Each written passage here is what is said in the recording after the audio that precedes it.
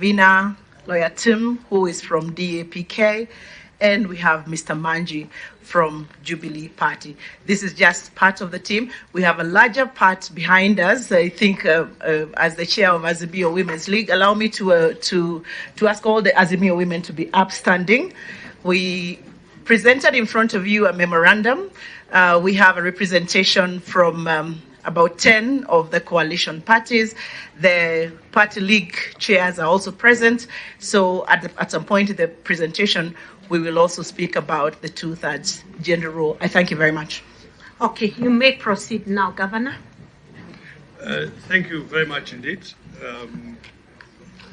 We obviously have a presentation, a summarized presentation on PowerPoint, but the committee will already have received a detailed presentation of the issues from Azimio. I am Derito Mureithi. I'm chair of the Economic Council of the Azimio Coalition, Azimio La Umoja One Kenya Coalition. So we thank you very much indeed for the time, and we shall make haste. The issues to be addressed as the dialogue committee has agreed and directed, so I won't really delve into them. Cost of living then. And the first item to say about cost of living is that Article 43 of the Constitution places a duty on the state to deliver on the rights and the social and economic rights under Article 43 to the highest attainable standards. You will find on close examination that the issues of cost of living are in fact contained within Article 43. So 3 broad points we'll address very quickly on the cost of living. And those 3 points are what drives cost of living. And those things are the management of exchange rate, the management of public finances, as well as the mix that is used to manage those instruments. On the question of exchange rate, I think what you will see on the slide before you is what has happened in the last 12 months.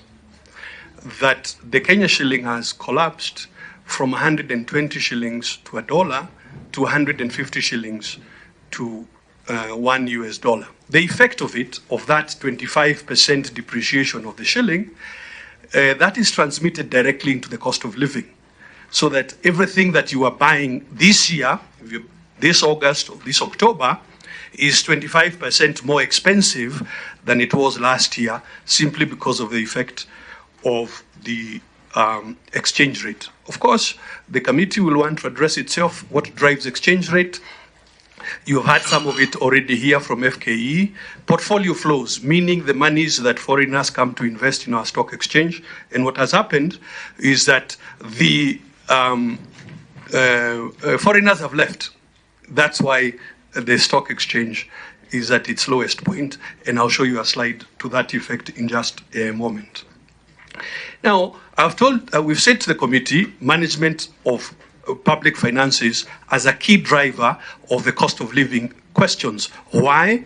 Because taxation and borrowing have a direct bearing on what happens to the citizen, and we'll show you a couple of slides on that. Where we are, if you on the outlook, is that we expect. When I say we expect, these are the policies and instruments that have been placed already in Parliament. For example, the budget policy statement and the midterm expenditure framework. What does it call for? It calls for increased taxation. So next year, taxes are expected to go up 400 billion. It calls for continued borrowing, and I'll show you a slide in a moment, that the budget deficit is in the order of 760 billion, and that is expected. That is what is planned. Both things imply that it is not possible to bring the cost of living under control. Third point to make,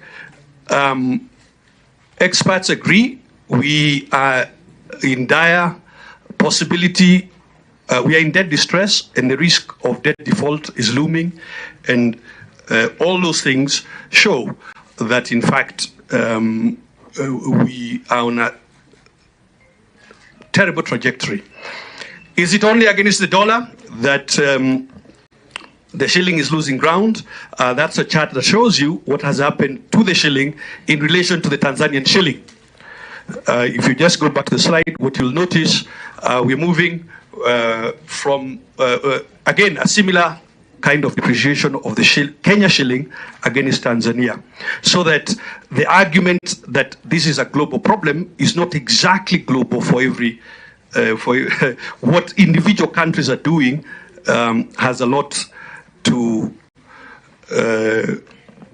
explain the cost of living for their citizens. Now, management of public finances is, honorable members, fairly straightforward. You make spending plans. Those spending plans need to be financed. So either you are taxing to get money to finance your budget, or you're borrowing. Usually, you're doing both. What is the issue? Why is it difficult to bring the cost of living under control? Because the tools that are being used today are blunting economic activity.